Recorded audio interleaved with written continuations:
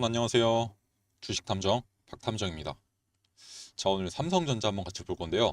자, 삼성전자가 어제 상승분을 현재 반납하고 있는 모습을 보여주고 있습니다. 자, 그러면서 86,000원에서 지속적인 저항이 나오고 있는데요.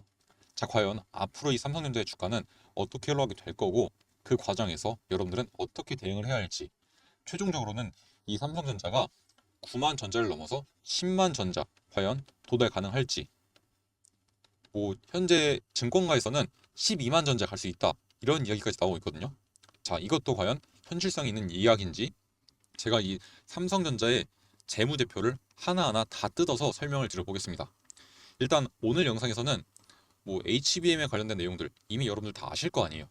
그런 내용을 좀 생략을 하고, 이 삼성전자가 지니고 있는 기초 체력, 이걸 바탕으로 앞으로 10만 전자나 12만 전자 가능할지, 요걸 한번 말씀을 드려볼 거예요. 좀 기본적 분석에 대한 내용이 좀 주된 내용이 될 거니까 조금은 좀 무거울 수도 있어요. 하지만 여러분들, 주식 투자를 하시는 데 있어서 가장 중요한 내용이고, 그 어느 영상보다 유익할 거라고 좀 자신감 있게 말씀을 드릴게요. 자, 그러니까 영상 끝까지 시청하시기 바라고요. 자, 영상 마지막에는 여러분들 위해서 단기간 내에 급등 나올 수 있는 단기 급등주도 준비해 왔으니까 이것도 반드시 받아가셔서 좀 쏠쏠한 수익들 벌어가시면 좋을 것 같습니다. 이 삼성전자가 엔비디아한테 이제 HBM 공급하면서 가장 큰 수혜를 볼 수 있는 종목 중 하나니까 반드시 이제 받아가시기 바라고요. 무료니까 걱정하지 마세요. 아시겠죠? 자, 대신 여러분들 구독이랑 좋아요 한 번씩 꾹 눌러주시고요. 이렇게 매일같이 좀 좋은 종목들 발굴하고 영상들 매일 찍어서 여러분들에게 브리핑 드리고 있는 저 박 대표 힘내라는 의미에서 댓글에 응원 한마디씩 달아주시면 감사할 것 같습니다. 자, 그리고 여러분들, 삼성전자가 10만 전자 갔으면 좋겠다는 이 염원을 담아서 댓글에 10만이라고 한번 달아보시면 좋을 것 같아요. 아시겠죠? 자, 그러면 삼성전자의 재무제표를 보면서 한번 말씀을 드려보겠습니다. 자, 여기 보시면 삼성전자의 재무제표, 그러니까 사업 보고서죠, 정확하게는. 여기서 이제 쭉 내려보면 재무제표를 볼 수가 있어요. 자, 여기서 손익계산서를 볼 겁니다. 자, 기본적으로 원래는 여기 영업수익 이 위치에 매출액이 적혀 있는데, 이제 영업수익이 매출액이다 라고 이제 여러분들이 이해하시면 될 것 같아요. 그리고 이제 여기서 제54기, 요게 2022년도고요. 55기가 23년도를 의미합니다. 자, 그래서 이제 매출액을 비교해보면, 자, 22년도에는 302조가 나왔어요. 자, 근데 23년도에는 258조, 거의 259조죠. 줄어들었어요. 무려 43조나 감소했습니다. 매출액이. 430억도 아니고 43억도 아니고 43조가 감소했습니다. 그리고 같은 기간 영업이익을 한번 비교해 볼게요. 영업이익은 43.3조에서 6.6조로 줄어들었어요. 약 37조가 줄어들었죠. 매출액은 43조가 줄었는데 영업이익은 37조가 줄었다? 거의 대부분이 줄었다는 거죠. 자, 그리고 이 비율, 그리고 감소율을 따져보면은 무려 85% 정도 감소했습니다. 자, 엄청나게 줄어든 거죠, 여러분들. 자, 이것만 본다면 삼성전자 망해가는 거 아니냐, 더 이상 미래에 대한 잠재력 없어진 거 아니냐, 이렇게들 좀 생각을 하실 수 있어요. 하지만 이것도 재무제표를 잘 뜯어보면 삼성전자 23년도 어려웠던 건 맞아, 하지만 근본적인 성장 동력은 잃지 않았구나 라는 걸 여러분들이 확인할 수 있습니다. 자, 함께 보실게요.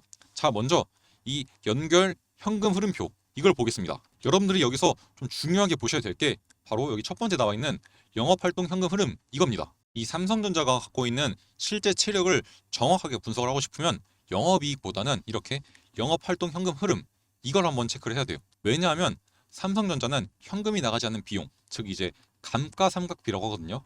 감가상각비, 요게 굉장히 크기 때문에 실제 현금은 영업이익보다 훨씬 더 잘 벌고 있기 때문이에요. 자, 근데 여기서 이 감가상각비, 이게 뭔지 좀 설명을 드려야겠죠. 일단 고정비라고 생각을 하시면 되는데, 조금 더 자세하게 말씀을 드리면 크게 좀 두 가지로 나뉠 수 있어요. 첫 번째는 경제학적인 관점에서 이 감가상각비, 그리고 두 번째는 회계학적 관점에서 감가상각비, 이렇게 두 가지를 말씀을 드릴 수 있겠는데요. 이 경제학적인 의미는 시간이 지남에 따라서 이 유형 자산의 가치가 감소하는 걸 의미합니다. 그리고 이제 회계학적 관점에서 말씀을 드리면 고정자산의 가치 소모를 각 회계연도에 할당을 해서 자산의 가격을 줄여가는 것을 의미합니다. 자, 여러분들, 이렇게 말씀을 드리면 굉장히 어렵죠. 자, 일부러 제가 약간 좀 어렵게 설명을 드린 거고, 지금부터 쉽게 설명을 드리겠습니다. 자, 경제학적인 관점부터 설명을 드릴게요. 자, 여러분들이 예를 들어서 낚싯대를 샀다고 가정을 해봅시다. 여러분들의 취미가 낚시여서. 자, 그런데 이제 이 낚싯대를 여러분들이 한 5년 동안 사용을 했어요. 자, 그럼 이 5년이란 시간 동안 시간이 지나가면서 가치가 변하겠죠. 물론 이제 오래 쓰다 보니까 품질도 떨어질 거고, 그리고 이제 잔기수도 날 거고, 이러면서 이제 이거에 대한 가치가 변하겠죠.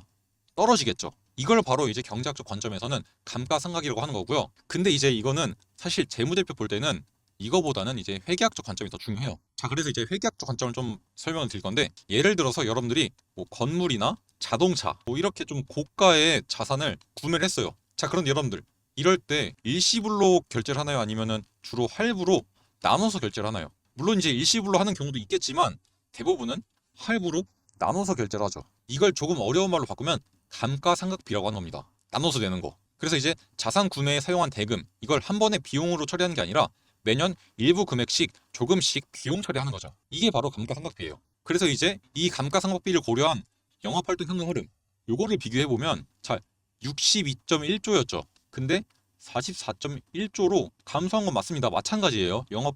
영업이익처럼 감소한 건 맞아요. 자, 그런데 이 감소한 비율을 따져보면 약 29% 감소했어요. 자, 영업이익으로만 봤을 때는 분명 85%가 감소했는데 이 감가상각비를 고려한 영업활동 현금 흐름을 보니까 약 30%밖에 감소 안 했네? 거의 50%가 넘게 차이 나죠. 자, 그래서 이걸 봤을 때 분명히 전년 대비해서 이 현금 흐름이 좀 줄어든 건 맞아. 하지만 그렇게 심각한 수준은 아니네? 라고 이제 평가를 할 수 있다는 거죠. 자, 여러분들이 이걸 인지한 채로 이어서 보겠습니다. 자, 쭉 내려보면 여기 보시면 유형 자산의 취득, 자산을 취득한 거죠. 그래서 이제 취득한 건 괄호, 이 괄호가 마이너스를 의미해요.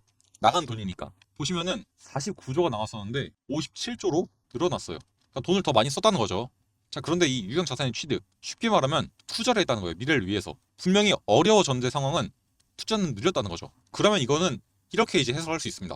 영업현금 흐름은 줄었는데도 불구하고 미래를 위한 투자는 오히려 늘었네? 자, 불황은 불황이지만 미래는 예정대로 잘 준비했다는 얘기입니다. 자, 연구개발비도 한번 볼까요? 이 주요 계약 및 연구개발 활동 들어가면 연구개발비를 확인할 수 있습니다. 자, 여기 보시면은 2023년도에 연구개발비 28.3조 원 정도 되죠. 전년 대비해서 증가했습니다. 약 13.6%가 증가했죠. 분명히 불황인데도 불구하고 투자도 늘리고 연구개발 비용도 늘렸어요. 자, 특히 이제 카펙스라고 자본적 지출이라고 하거든요. 이 카펙스 이거에 대해서는 무려 총 86조 원을 투여를 했습니다. 여기서 이 카펙스 같은 경우는 유형 자산에 대한 투자와 R&D 비용을 합친 거예요. 그러니까 쉽게 말해서 아까 말씀드렸던 유형 자산 취득 그리고 이 연구개발비 이 두 개를 합친 겁니다. 이걸 자본적 지출이라고 하는데 그걸 카펙스라고 부릅니다. 아시겠죠? 자, 아무튼 이 상태에서 배당도 한번 볼게요. 쭉 내려보면 이제 배당에 관한 사항이 나와 있거든요. 자, 여기네요. 배당에 관한 사항. 자, 배당에 관한 사항을 보시면 삼성전자는 뭐 2023년도, 22년도뿐만 아니라 21년도도 동일하게 9조 8천억 정도, 거의 10조 원 수준이죠. 같은 금액을 매년 배당을 해왔습니다. 자, 원래는 이 불황을 버티는 마지막 수단이 배당을 줄이면서 주주들한테 양해를 구하는 거거든요. 자, 그런데 삼성전자는 불황에도 불구하고 성장 동력에 대한 투자 잊지 않았고 주주들에 대한 환원 잊지 않고 꾸준히 해왔습니다. 이러한 배경들이 있었기 때문에 이번 반도체 업황이 살아나게 되면서 2분기 잠정 실적 어닝 서프라이즈를 만들어낼 수 있던 거죠. 이번 어닝 서프라이즈의 표면적인 원인은 D램 그리고 낸드 플래시 이 단가 인상이거든요. 요게 이제 평균 판매 단가라고 하는데 요거 인상이긴 한데 사실상 이것도 맞긴 해요. 하지만 이게 가능했던 이유는 삼성전자가 기존에 갖고 있던 이 기초 체력, 이 체력이 단단했기 때문인 거죠. 이러한 뒷배경이 있었기 때문에 이렇게 실적이 뒷받침이 된 겁니다. 또한 좀 첨언을 하자면 아까 말씀드렸다시피 삼성전자는 이 고정비 비중이 굉장히 높아요. 전체 비용 중에서 고정비가 차지하는 비중이 무려 35%에 달합니다. 일반적인 제조업들의 이 변동 비율, 요게 90%임을 감안한다면 고정비 비중이 굉장히 큰 거예요. 자, 그리고 이렇게 고정비가 큰 기업은 경기를 많이 탑니다. 그래서 불황에는 굉장히 많이 꺾이고 호황기에는 엄청난 성장을 보여줘요. 왜인지는 그래프를 그려서 설명을 드려보겠습니다. 자, 이렇게 그래프를 두 개 그릴게요. 요게 매출액이에요. 그리고 이제 고정비용, 이게 고정비용이고요. 요건 변동비용입니다. 그리고 요 사이 값이 영업이익이고요. 자, 그럼 이제 변동비용의 비중이 큰 기업들은 매출이 꺾여도 변동비용이 같이 꺾여요. 같이 줄어들기 때문에 요거 줄어드는 폭이 그리 크지 않습니다. 자, 그런데 고정비용이 크면요, 여러분들 매출액이 100억이 나오다가 50억으로 줄어도 고정비용은 30억씩 꾸준하게 나가는 거예요. 동일하게. 그럼 이제 요게 한 번에 줄어들면은 확 줄어들죠, 여러분들. 이런 식으로 고정비용이 크면 클수록 경기가 안 좋을 때는 실적에 큰 영향이 있습니다. 그래서 삼성전자가 2023년도에 굉장히 힘들었던 거죠. 자, 근데 이게 반대로 말하면 나가는 비용은 동일하니까 돈만 많이 벌면 다 내 거예요. 쉽게 말해서 경기가 좋아진다? 실적 날아갈 수 있다는 거예요. 자, 그런데 여러분들 삼성전자 이번에 반도체가 살아나게 되면서 추가적으로 M에 대한 매출이 이제 3분기부터는 인식이 되겠죠. 엔비디아한테 공급을 하게 되면서. 자, 그렇게 되면 지금까지는 완만한 성장을 이룩했다면 지금부터는 기하급수적으로 이만큼의 성장이 아니라 이만큼의 성장으로 기하급수적으로 폭발적으로 성장력이 늘어날 수 있다는 겁니다. 자, 그렇게 된다면 이미 2분기 실적만으로도 주가가 충분히 올라가 줄 수 있다는 건데요. 자, 다만 현재 구간에서 좀 지지부진한 모습이 나오고 있습니다. 자, 최근에 이 고가 부근에서 조금 보합 움직임 나오다가 어제부로 급락나다 다시 말아 올렸다가 어제 상승분 다시 반납하고 있죠. 자, 이런 흐름 왜 나오고 있냐? 자, 첫 번째는 지금 파업 때문이죠. 이 파업 때문에 좀 상승에 대한 압력을 짓누르고 있어요. 하방으로. 그리고 두 번째는 이제 엔비디아의 주가 하락이죠, 결국은. 어찌됐든 한국에서 제일 큰 종목이 삼성전자지만 전 세계적으로 봤을 때는 아직까지 엔비디아한테 못 미칩니다. 그리고 이제 엔비디아의 주가가 떨어지면 필라델피아 반도체 지수 떨어지고 그렇게 되면 국내 반도체 주식들 지지부진한 모습을 보여준 게 우리나라 주식의 특징이에요. 자, 이것 때문에 그런 거지 뭐 삼성전자 자체의 밸류에이션이나 기초 체력의 문제는 아니니까 걱정하지 마시고, 자, 오히려 현재 구간에서 이렇게 하락 나오는 거 오히려 긍정적인 신호를 볼 수 있습니다. 자, 저라면은 84,000원 부근에서 비중이 한 10% 정도는 더 담을 것 같아요. 어차피 파업은 해결될 문제이고 단기 약재에 불과합니다. 여러분들, 파업이 해결 안 되는 경우 보셨습니까? 없죠. 어찌됐든 노사 간의 갈등은 해결이 되기 마련이고 파업 해결되고 다시 한번 주가 회복될 겁니다. 그리고 엔비디아발 악재도 단기 악재죠. 그냥 너무 많이 올라왔으니까 단기적으로 조금 가격에 대한 조정을 받는 것 뿐이에요. 업황에 대한 악재가 아니겠죠. 그러면 다시 업황 따라서 올라가게 될 거고 결국 실적이 이제 올해 31일, 올해가 아니라 이번 달 말이죠. 이때 나올 거거든요. 삼성전자 잠정 실적 말고 공식 발표가 나올 건데 당연히 이제 어닝 서프라이즈 좋게 나왔었으니까 더 좋게 나오겠죠. 올라갈 수밖에 없는 구조라는 말씀을 드리고 싶은 거예요. 자, 다만 이제 이 삼성전자가 아무리 좋은 종목이고 기초 체력이 단단하다 하더라도 좋은 종목이 올라갈 때 항상 파동을 그리죠. 자, 이 종목에 대한 차트도 넓게 보시면 우상향 그래프는 분명합니다. 자, 다만 보시면 아시다시피 올라갔다가 내려갔다가 올라갔다가 내려갔다가 지속적으로 파동이 나오고 있죠. 이런 식으로 이 파동에서 고점과 저점 부분에서 지속적으로 여러분들이 대응을 해야 된다는 거예요. 무슨 말이냐? 자, 쌀 때는 매수로서 대응하고 비쌀 때는 매도로서 대응하는 건데, 자, 일단 현재까지는 쌀 때는 굉장히 많았어요. 자, 그런데 아직까지 삼성전자는 비싸다고 평가받을 만한 가격이 없었어요. 이 구간을 돌파해야지만 오버밸류다 라고 판단하고 여기서 매도하는 거거든요. 그런 구간 없었습니다. 여기서 매수 매수 매수 매수 매수 매수 이렇게입니다. 현재 구간 매수하기엔 조금 비싼 감이 있습니다. 하지만 그래도 나쁘지 않은 가격이긴 하다. 왜냐면 전고점에 비해서 많이 눌림이 나왔고 현재 상승 추세를 제대로 타고 있어요. 그 와중에 넣은 눌림이기 때문에 한 차례 정도는 한 번 더 조금 비중을 확대하셔도 된다라는 말씀을 드리고 싶고, 어차피 제가 지속적으로 영상 촬영하면서 대응 잡아드릴 겁니다. 자, 다만 한 가지 걱정이 되는 건 제가 촬영하고 편집하고 업로드하고 그 다음에 여러분들이 시청을 하실 텐데 이동안 새로운 정보가 생길 거고 주가에 반영이 되면서 대응 전략이 달라질 겁니다. 자, 그런데 저는 이 촬영할 당시의 정보와 촬영할 당시의 주가를 바탕으로 대응을 잡아드리죠. 이래서 여러분들의 수익성이 달라질 수가 있어요. 자, 이것 때문에 제가 여러분들을 좀 실시간으로 도와드리고 싶은데 어떠한 방법이 있을지 고민을 하다가 제가 내린 결론은 제 연락처를 여러분들에게 먼저 알려드리고 여러분들이 저한테 연락을 주시는 거죠. 자, 그래서 제 연락처 알려드릴게요. 자, 제 연락처 010-4123-8575 요거 바로 저장하신 다음에 그냥 간단하게 박탐정이라고 세 글자로 저장하시면 될 것 같아요. 그 다음에 저한테 문자 한 개만 남겨주세요. 삼성 대응이라고 네 글자 남겨놓으시면 삼성전자 가족 여러분들이시구나 제가 알 수 있겠죠. 이거 안 남겨주시면 여러분들이 스팸인지 아닌지 제가 몰라요. 반드시 말을 해주셔야지만 제가 알 수 있습니다. 그리고 스팸 문자랑 구분하기 위해서 나 삼성전자 주주인데 대응 전략 도와달라 이렇게 말씀해 주셔도 돼요. 근데 좀 길잖아요.